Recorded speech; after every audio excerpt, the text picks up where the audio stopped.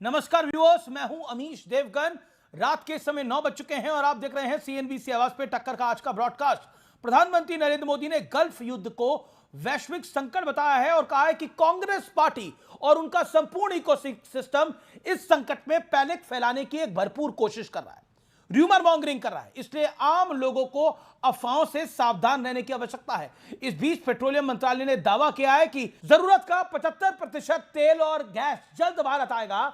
लेकिन बड़ा सवाल यह है कि क्या विपक्ष अपनी सियासत चमकाने के लिए पैनिक क्रिएट कर रहा है? आज इसी मुद्दे पर होगी जोरदार टक्कर सीएनबीसी आवाज के आज के ब्रॉडकास्ट में। बुधवार एडिशन में गल्फ में जंग, देश में सियासत से तंग।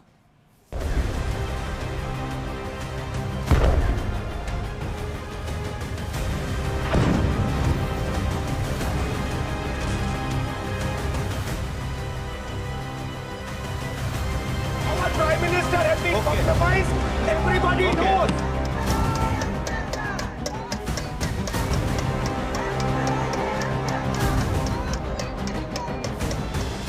गल्फ वॉर के बीच प्रधानमंत्री मोदी ने कांग्रेस और दूसरे विपक्षी दलों पर जोरदार प्रहार कर दिया।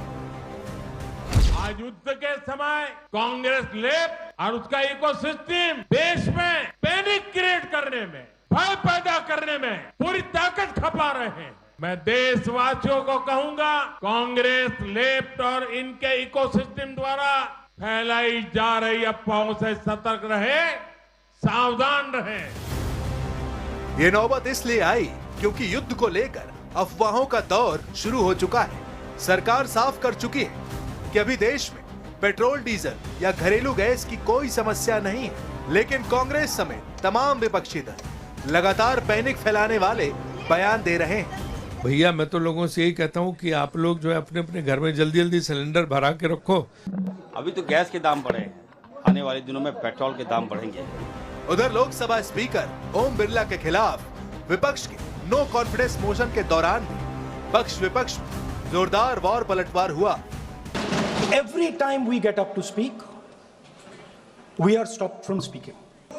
I raised fundamental questions about the compromises that has been made by our Prime Minister. I would like to very gently remind the Honourable Leader of Opposition that the Prime Minister of India, Narendra Modi, can never be compromised. 18वीं Lok Sabha में 157 घंटे और 55 minute Congress party के सदस्य बोले। मैं आपके माध्यम से विपक्ष के नेता को पूछना चाहता हूं, आप कितना बोले? क्यों नहीं बोले? कौन से स्पीकर ने रोका था आपको? लेकिन आज सबसे बड़ा सवाल है कि क्या वाकई विपक्ष सियासत चमकाने के लिए देश में पैनिक का माहौल बना रहा है? इसी पर होगी सबसे बड़ी बहस। तो युद्ध की आपदा क्या विपक्ष के लिए एक बड़ा अवसर है? आइए देख लेते हैं देश का सबसे देखे जाने वाला कार्यक्रम का सबसे बड़ा विश्लेषण, आपदा में अवसर वाले विपक्षी माइंडसेट का विश्लेषण। याद है आपको ऑपरेशन सिंदूर पिछले साल हुआ था। पहलगाम आतंकी हमले का बदला लेने के लिए भारतीय सेना पाकिस्तान को रौंद रही थी।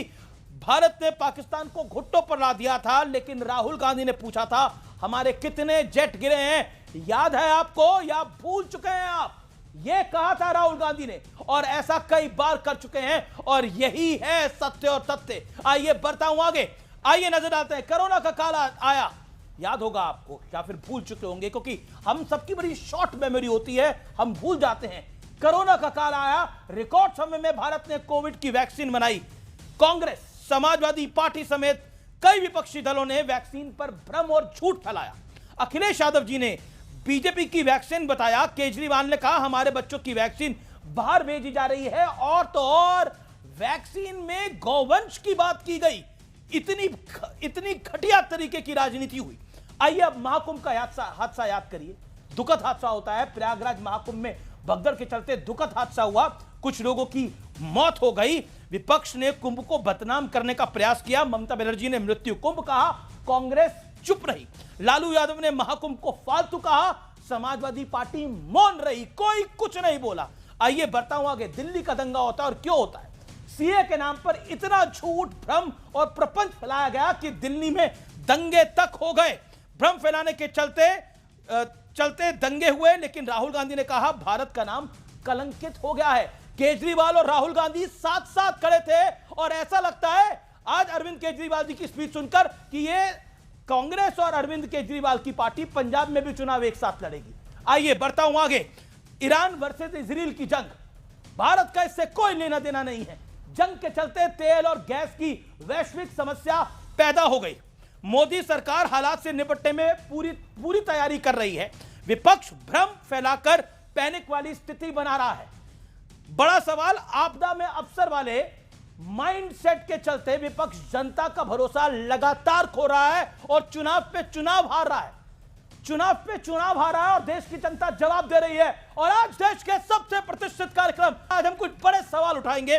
मेरे साथ कौन कौन जुड़ रहा है? सुधांशु त्रिवेदी, मैंने आपसे निवेदन करा कि आज के इस वीडियो को घर घर तक पहुंचाइए, ज्यादा से ज्यादा शेयर करिए, क्योंकि यह लड़ाई हर देश प्रेमी की है कि इस जो कि माहौल बनाया जा रहा है, जो एक नैरेटिव बनाने की कोशिश है कि देश में किल्लत होने जा रही है, समस्या होने जा रही है, दुनिया भर में समस्याएं हैं, लेकिन हमारा देश उसमें अच्छे से लड़ाई लड़ रहा है। ये घर घर तक जाने की जरूरत है।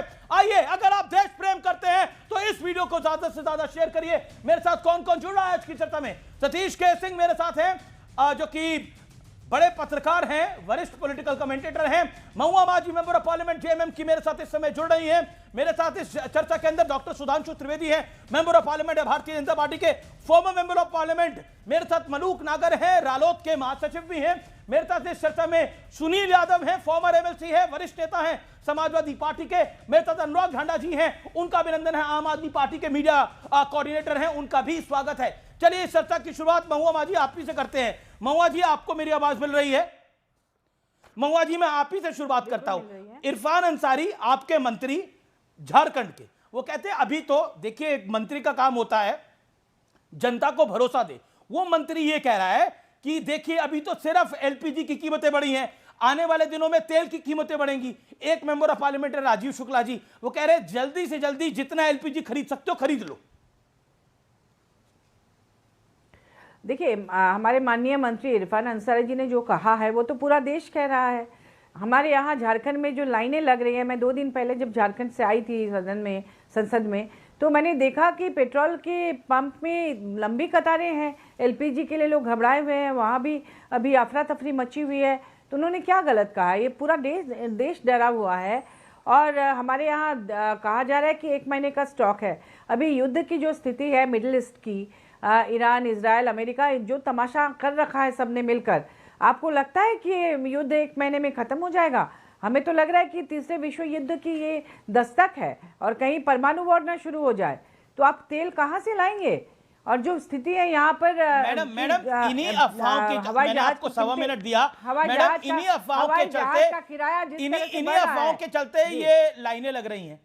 क्या आपको लगता नहीं है कि एक नेता का काम, एक जिम्मेदार व्यक्ति का काम ये होता है अफवाहों के बाजार को गर्म ना करे, लेकिन आप लोग अफवाहों के बाजार को गर्म कर रहे हैं कि इससे आपका पॉलिटिकल हित सध जाए, लेकिन समस्या बड़ी भीषण हो जाएगी इसके बाद। देखिए आप इसे अफवाह कहते हैं, लेकिन एयर इंडिया की टिकटों की कीमतों का बढ़ना क्या साबित करता है कि कहीं किल्लत है तभी तो बढ़ रही है, नहीं तो सरकार तुरंत से रोके, तुरंत आदेश पारित करे। और अभी तो संसद में भी बोला जा सकता था कि एयर इंडिया को फ्लाइट की टिकट बनाने की ज़रूरत नहीं है, वो तो नहीं कर रही है।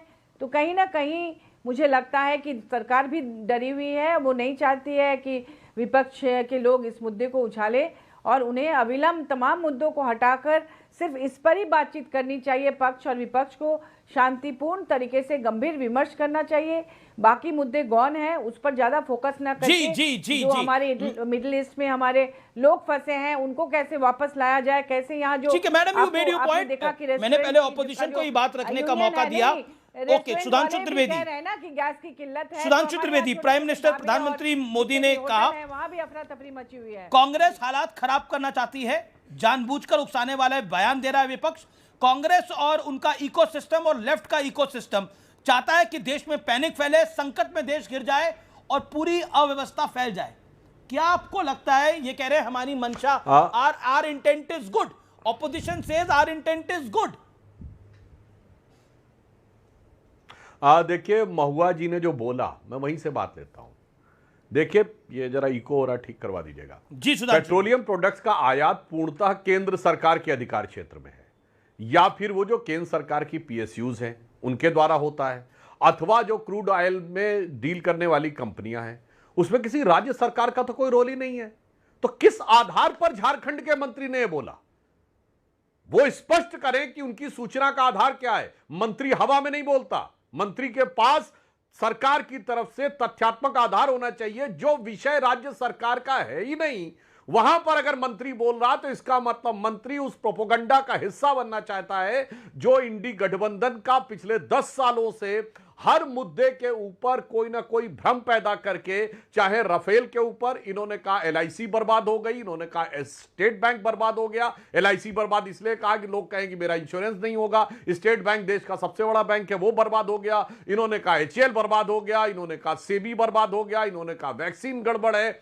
हर मुद्दे के ऊपर अराजकता उत्पन्न करने का जो एक दुखद इनकी नीति है वह सामने दिखाई पड़ी, जो झारखंड के मंत्री के इस बयान से बहुत साफ है। अब दूसरी बात मैं कहना चाहता हूं, जो मंत्री आज पूरी बात केंद्र के मंत्री खुद कह रहे ना अरे भाई भाई पूरी कि बात डरने की सुन जरूरत नहीं है। अरे भाई देश मैं को। कह रहा हूं आपके क्यों मंत्री नहीं ने कहते किस हैं? आधार पे आप बोला कह दीजिए बताइए। ना। अरे चलिए महुआ जी बताइए, आपके मेरे मंत्री ने किस आधार पे बोला? देश की स्थिति के उनके आधार पास पर कौन सा कहा। आधार है? देश की स्थिति जब के आधार राज्य पर सरकार कहा, का विषय ही नहीं है जो तो भी किस आधार है आधार तो पे फिर बोला आप बताइए? फ्लाइट की टिकटें क्यों बढ़ रही है?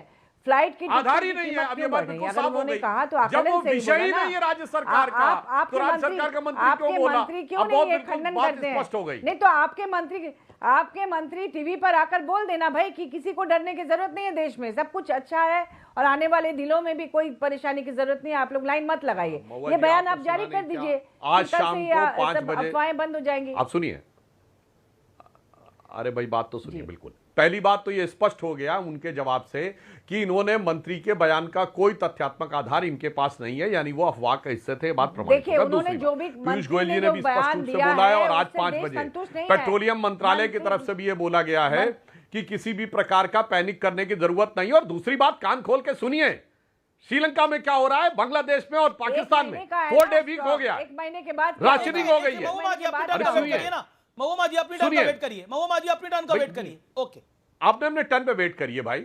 मैं कह रहा हूं सुनिए, मैं सारे विपक्ष के लोगों से कहता हूं जरा देखिए अगल बगल क्या हो रहा है।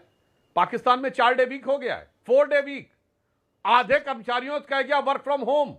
Same thing in Bangladesh, same situation in Sri Lanka.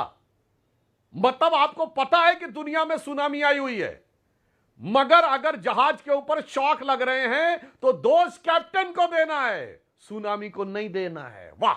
अगर भूचाल आ गया है, अगल बगल के मकान भरभरा के गिर रहे हैं और हमें अपने मकान में झटके महसूस हो रहे हैं, तो मकान बनाने वाले को देना है कि साहब आप इसका जवाब दीजिए। नहीं तो मैं पूछना चाहता हूं जो हमारे विपक्ष के लोग बैठे हैं, क्या वो दुनिया के बाकी देशों की स्थिति बता सकते हैं? उसके मुकाबले भारत किस बेहतर स्थिति में है सतर्कता और सजगता के साथ। और मैं एक उदाहरण बताना चाहता हूं, ये मोदी जी की लॉन्ग टर्म प्लानिंग का क्या हिस्सा था। जैसे 1991 में जब इराक का संकट हुआ, एक लाइन में कह दूं जी, quickly, 91 में हम लोग पढ़ते थे जब इराक का संकट हुआ था, ट्रेनों में कटौती हुई थी क्योंकि इतनी पेट्रोल डीजल की कमी हो गई थी। आज देश का 100% इलेक्ट्रिफिकेशन हो चुका रेलवे का, तो कम से कम डीजल नहीं चाहिए ट्रेन के लिए। दूसरी बात, E20 पेट्रोल सरकार ने 1 अप्रैल से लागू किया है, यानी 20% हमें पेट्रोल और डीजल की आवश्यकता गाड़ियों के लिए कम होगी। यह लॉन्ग टर्म सोची हुई नीति थी।